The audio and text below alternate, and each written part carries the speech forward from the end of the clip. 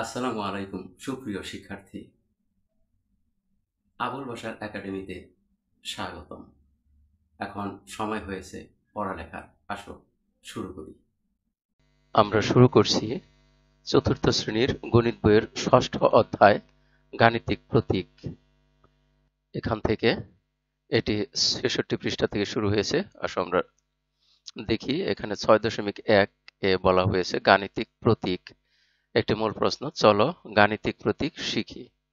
এখানে লক্ষ্য করো, নিচের গাণিতিক বাক্যগুলো লক্ষ্য করি।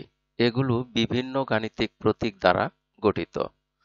এগুলোকে বিভিন্ন শ্রেণীতে বিন্যস্ত করার চেষ্টা করি।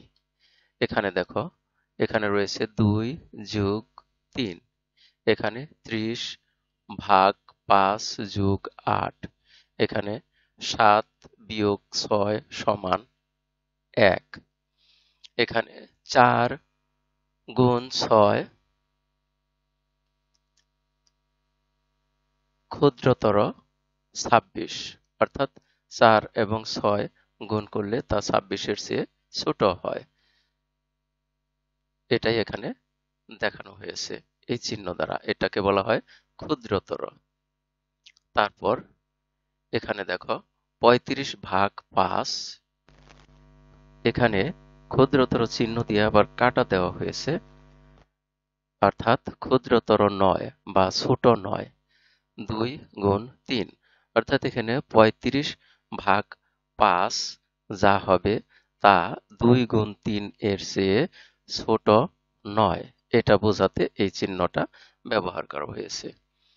এখানে ৮ গুণ ৭ সমান নয় ৫৫, অর্থাৎ ৫৫ সমান নয় ৭ গুণ ৮ করলে। আর এখানে ৩৫ বড় নয় ৫৩ থেকে। এখানে এই শব্দটা দ্বারা, এই যে এই চিহ্নটা দ্বারা এটাকে বড় নয় বোঝানো হয়েছে। এখানে একটা দাগ দেওয়ার কারণে বড় নয়, আর দাগ না থাকলে হতো বড়।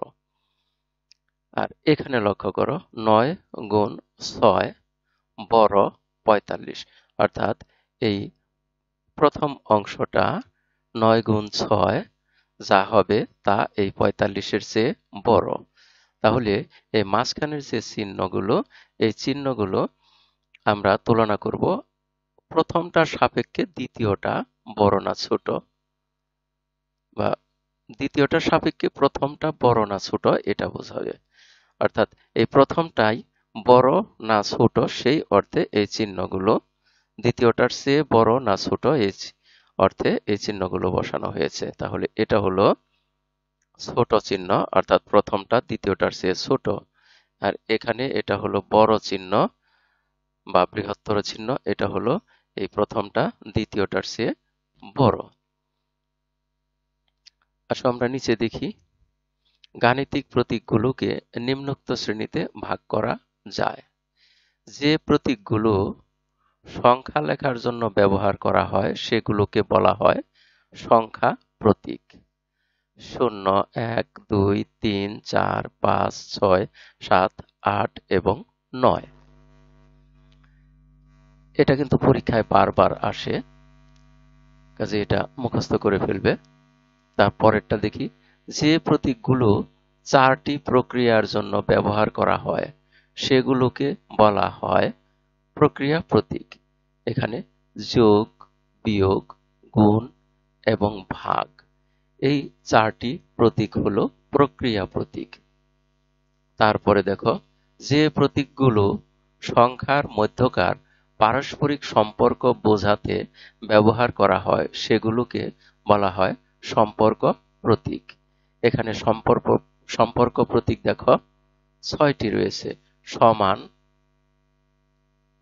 তারপরে হলো বড়, তারপরেরটা ছোট, সমান নয়, বড় নয় এবং ছোট নয়। রেজা বলছে, সম্পর্ক প্রতীকগুলোর নামের ব্যাপারে সতর্ক থাকতে হবে। এখানে দেখো এই নামগুলো রয়েছে। সমান, এটাকে সমান বলে, এটা হলো বৃহত্তর বা বড়। এটা হলো ক্ষুদ্রতর বা ছোট, এটা সমান নয়, এটা বৃহত্তর নয় বা বড় নয়, এটা ক্ষুদ্রতর নয় বা ছোট নয়। আমরা তারপরে দেখি, এখানে লক্ষ্য করো, গাণিতিক প্রতীক ব্যবহার করে নিচের বাক্যগুলো প্রকাশ করো। তাহলে আসো আমরা এই কাজটা করি। গাণিতিক প্রতীক ব্যবহার করে আমরা এই কাজগুলো করব। আমরা ১ নম্বর প্রশ্ন থেকে শুরু করি। ৪৭ ৯৬ থেকে বড় নয়। তাহলে আমরা প্রথমে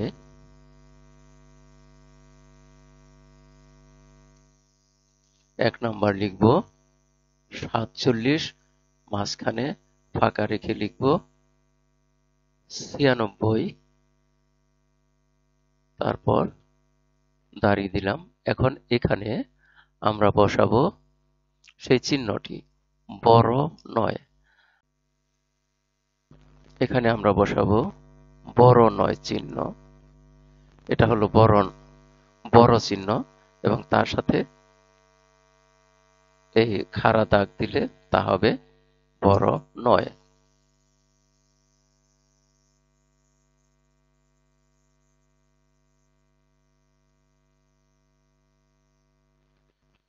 অর্থাৎ বড়কে আমরা কাটা চিহ্ন দিলাম, তাহলে হয়ে গেল বড় নয়। এবারে আমরা ২ নম্বর প্রশ্ন দেখব।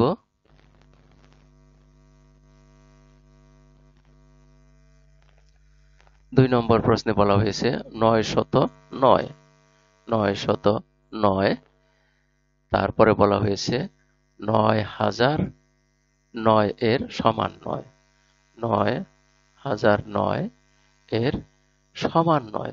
এখানে আমরা সমান চিহ্ন দেব। এটা হলো সমান চিহ্ন, তাহলে হয়ে গেল সমান, কিন্তু এটাকে আমরা যদি এভাবে কাটা দিয়ে দেই তাহলে হয়ে গেল সমান নয়।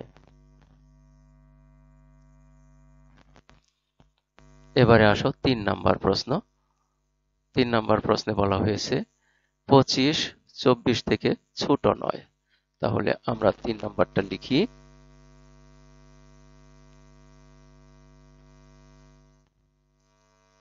২৫ ২৪ থেকে ছোট নয়, অর্থাৎ মাঝখানে আমরা ছোট চিহ্ন দিব আগে। ছোট চিহ্নটা দিয়ে নেই, ছোট চিহ্ন হলো এরকম। এবার এই ছোট চিহ্নকে আমরা কাটা দিব, কাটা দিলেই হয়ে যাবে ছোট নয়। এই হয়ে গেল ছোট নয়। সম্পূর্ণ ভিডিও দেখার জন্য তোমাদের সবাইকে জানাই অনেক অনেক ধন্যবাদ। সেই সাথে পরবর্তী ভিডিও দেখার আমন্ত্রণ রইল। আর যারা এখনো সাবস্ক্রাইব করনি তারা পরবর্তী ভিডিওর নোটিফিকেশন সবার আগে পাওয়ার জন্য আগেই সাবস্ক্রাইব করে নাও।